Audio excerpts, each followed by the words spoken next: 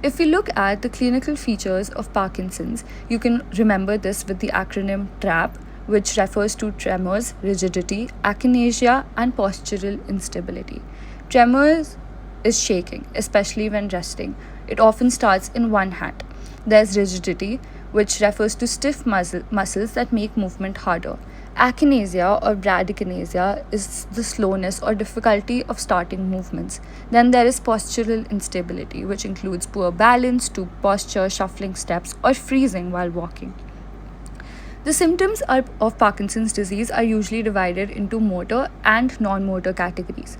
The most recognizable symptoms fall under motor features, which tend to be the earliest indicators for many individuals.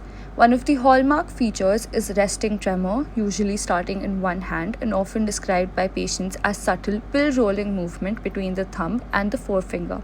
The tremor typically appears when the hand is at rest and may diminish during voluntary movement. As the disease advances, tremors can spread to other limbs or even involve the chin and jaw. Another core feature is bradykinesia, meaning slowness of movement.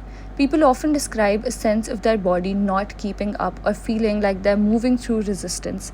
Tasks that once felt automatic, such as tying shoelaces, brushing hair, or getting up from a chair, can take longer and demand more effort. Bradykinesia also contributes to reduced facial expressions known as hypomimia, giving the face a mask like, emotionless appearance even when the person is fully aware and engaged. Muscle rigidity is another major motor symptom.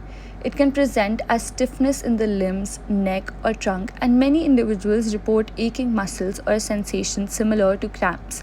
When a clinician tests movement, they may feel a cogwheel effect, a jerky resistance typical of Parkinsonian rigidity. As the disease progresses, postural instability may emerge, making balance more difficult. This increases the risks of falls and can significantly affect independence. People may adopt stooped posture, and their gait can develop a shuffling quality with smaller steps. Some experience freezing of gait, which feels like the feet are suddenly glued to the floor, often triggered by tight spaces, turns, or stress. Now, non-motor symptoms are also increasingly recognized as equally important because they often begin years before the motor features and can profoundly affect quality of life. One common early sign is loss of smell.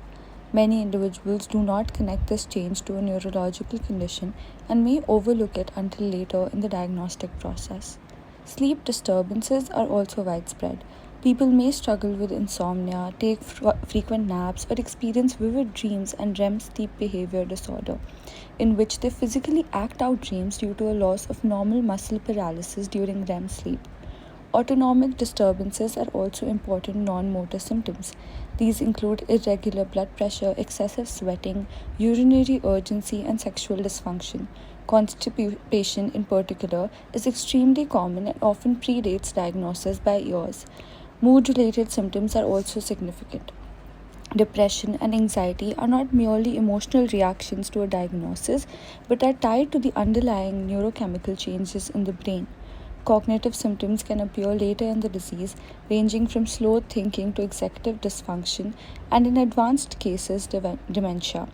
Some individuals may also experience hallucinations or delusions, often related to medication effects or disease progression.